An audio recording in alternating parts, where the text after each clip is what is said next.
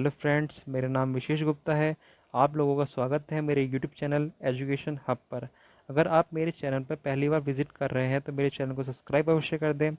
और अगर आपको मेरी वीडियो पसंद आती है तो उसे लाइक भी ज़रूर कर दें और बेल आइकन को प्रेस करना ना भूलें, जिससे आपको मेरी आने वाली समस्त वीडियो की नोटिफिकेशन समय समय पर मिल जाया करेगी। तो चलिए शुरू करते हैं। तो गाइस, आज हम पढ़ेंगे प्राग ऐतिहासिक युग के बारे में।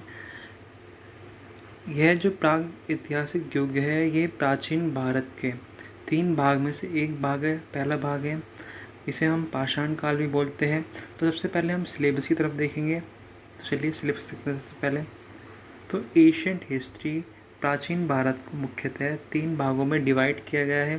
पहला है, जैसे मैंने आज बताया था कि प्राग ऐतिहासिक काल है, प्री हिस्टोरिक पीरियड। दूसरा है आद्य ऐतिहासिक काल, प्रोटो हिस्टोरिक पीरियड। और तीसरा है ऐतिहासिक काल, हिस्टोरिक पीरियड। ठीक है। फिर प्राग ऐतिहासिक काल को हम पाषाण युग या स्टोन एज भी बोलते हैं। इसे 3 पार्ट में कैटेगराइज किया कर रखा है। पहला है पुरा पाषाण काल, दूसरा है मध्य पाषाण काल और तीसरा है नव पाषाण काल। इसी तरह आदि ऐतिहासिक काल में हम इंडस वैली सिविलाइजेशन के बारे में जानेंगे। और तीसरा जो है, और इसी में हम वैदिक काल के बारे में जानेंगे। ठीक है। फिर ऐतिहासिक काल में हम 600 ईस्वी के 16 महाजनपदों के बारे में डिस्कस करेंगे। उसी तरह 600 ईस्वी के जो धार्मिक आंदोलन थे उसके बारे में हम डिस्कस करेंगे। चलिए आगे चलते हैं। तो मगध का उत्कर्ष, इसमें हम 4 वंशों के बारे में डिस्कस करेंगे। उसके बाद आता है मौर्योत्तर काल, इसमें हम 3 वंशों के बारे में डिस्कस करेंगे। तो मौर्योत्तर काल में मुख्यतः 3 आक्रमण हुए थे, इसके बारे में हम डिस्कस करेंगे। फिर गुप्त काल के साहित्यिक स्रोत और इस समय के फेमस राजाओं के बारे में हम बात करेंगे। फिर आता है उत्तर भारत के जो राजवंश थे, फेमस राजवंश थे, वो 8 राजवंश थे, तो उनके बारे में भी हम डिस्कस करेंगे। ठीक है। फिर आता है दक्षिण भारत के राजवंश। तो मुख्यतः 5 दक्षिण भारत के राजवंश थे जो काफ़ी प्रमुख हैं एग्ज़ाम के पॉइंट ऑफ व्यू से, तो उसके बारे में हम डिस्कस करेंगे। तो ये हुआ एंशंट हिस्ट्री का पूरा सिलेबस। ठीक है। तो आज हम शुरू करेंगे एंशंट हिस्ट्री के पहले भाग से, प्राग ऐतिहासिक काल। इसे हम पाषाण युग भी कहते हैं। तो इसका जो समय अवधि है वह अननोन समय से, एक अनिश्चित काल से लेकर 8000 बीसी तक है। अनिश्चित काल क्या होता है? ऐसा समय जिसके बारे में हमें पता ना हो। और दूसरा 8000 बीसी क्या होता है? बीसी मतलब होता है ईसा मसीह की जन्म से 8000 वर्ष पूर्व।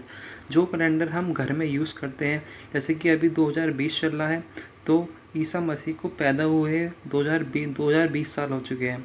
तो ईसा मसीह से भी जन्म से 8000 वर्ष पूर्व इस जो पूरा पाषाण काल है उसका समय का एंड हो चुका था।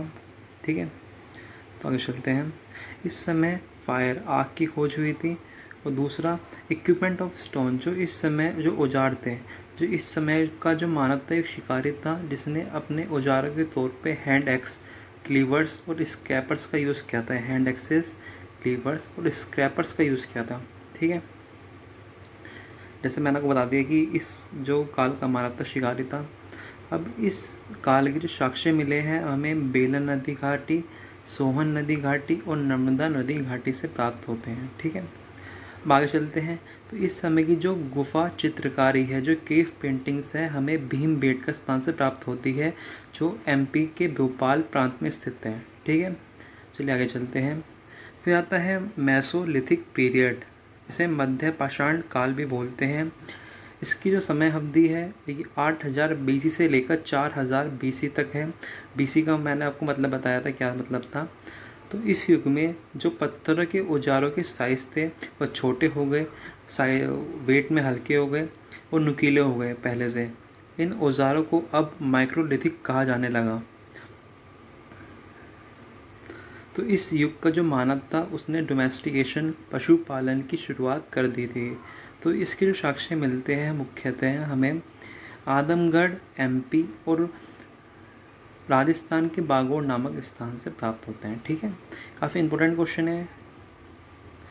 और first evidence of human skeleton, मानव कंकाल का प्रथम साक्ष्य मिलता है सराय नाहर, प्रतापगढ़, यूपी। ठीक है, चलिए आगे चलते हैं।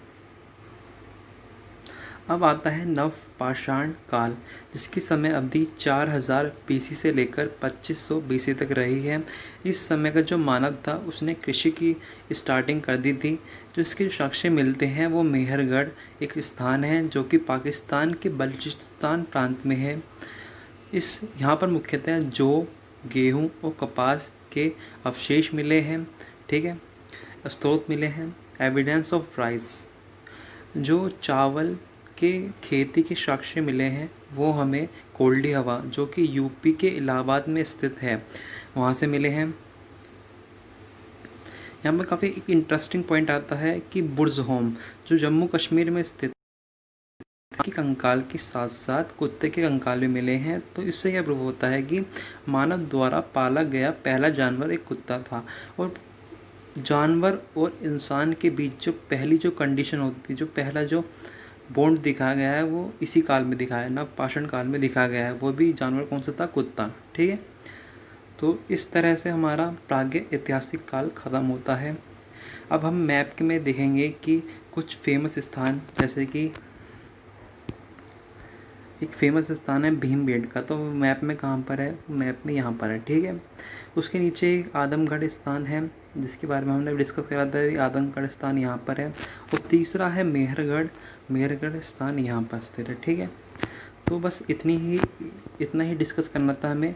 ये जो वीडियो है केवल 1 डे एग्ज़ाम के लिए सफिशिएंट है, जैसे SSC, रेलवेज़, और बस केवल 1 डे एग्ज़ाम के लिए। ठीक है,